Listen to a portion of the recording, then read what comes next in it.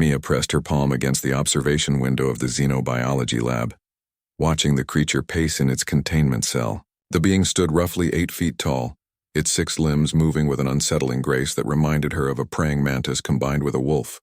Chitinous plates covered its body in deep purples and blacks, and its 4 eyes tracked everything with predatory focus. "Beautiful, isn't it?" James said from behind her, his reflection appearing in the glass beside hers. "Terrifying," Mia corrected, though she couldn't look away. "The survey team found it on Kepler 442b, right?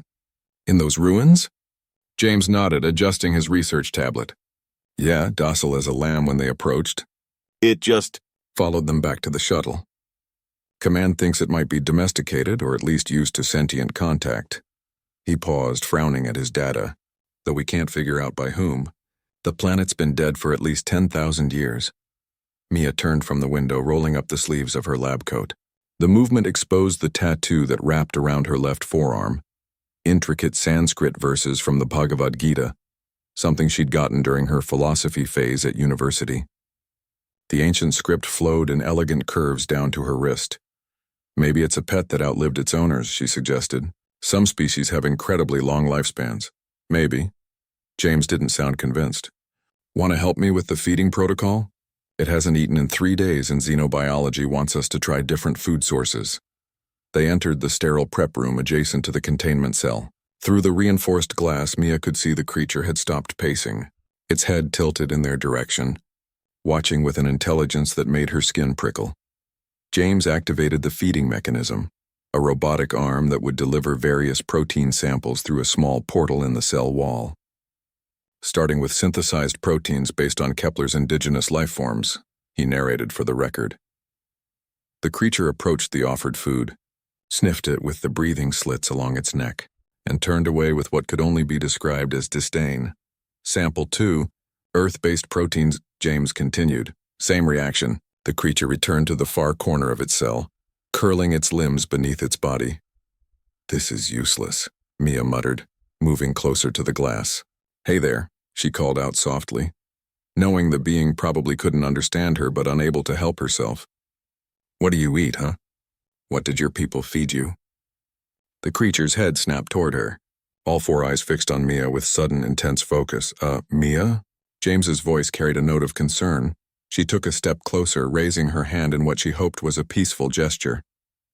"It's okay. I'm just trying to—" The creature moved.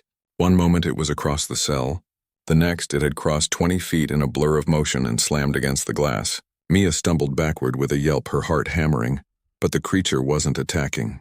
It pressed against the transparent barrier, all 4 eyes locked on her left forearm, on her tattoo.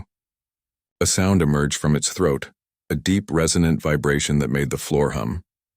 "Jesus Christ," James breathed, backing toward the emergency lockdown button.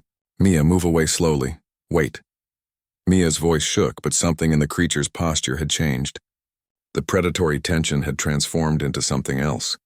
Recognition. It's not aggressive. Look at its body language. The creature's chitinous plates had shifted, exposing softer tissue underneath in a display that reminded Mia of a dog showing its belly. Submissive, deferential. The humming sound continued, rising and falling in what might have been a pattern. "It's reacting to my tattoo," Mia whispered, slowly raising her arm to press against the glass from her side. The moment the Sanskrit verses aligned with the creature's gaze, it dropped to the ground, all 6 limbs folded beneath it and its head lowered until its chin touched the floor. The humming intensified and the creature's whole body began to vibrate. "What the hell?" James moved to Mia's side, tablet forgotten. "What does your tattoo say?" "It's from the Bhagavad Gita, ancient Sanskrit. It says," Mia's voice trailed off as understanding crashed over her, "Whenever Dharma declines and the purpose of life is forgotten, I manifest myself on earth. I am born in every age to protect the good, to destroy evil, and to reestablish Dharma." The creature's vibrations crescendoed, then stopped. It raised its head slowly, and for the first time it opened its mouth. Row upon row of crystalline teeth designed for rending and tearing were revealed, teeth that could tear through steel. The mouth of an apex predator built for killing. "Oh my God," Mia breathed. "It's not a pet. It's a guardian. A weapon."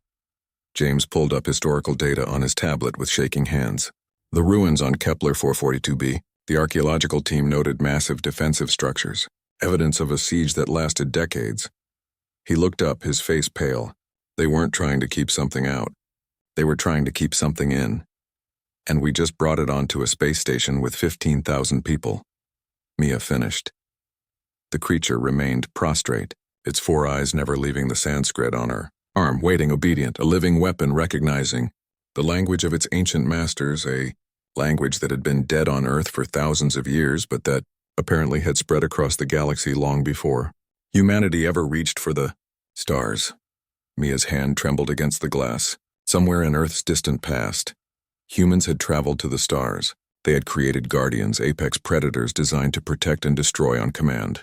And they had inscribed their control words in Sanskrit, in Dharma, in concepts of cosmic order and duty. The creature's humming began again, patient and eternal, waiting for its master's command in a language only Mia could now provide. "We need to call command," James said quietly.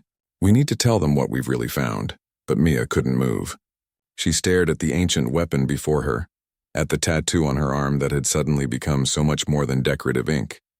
Humanity's forgotten legacy had just woken up, and it was looking to her for orders. The question was, what would she tell it to do? The end.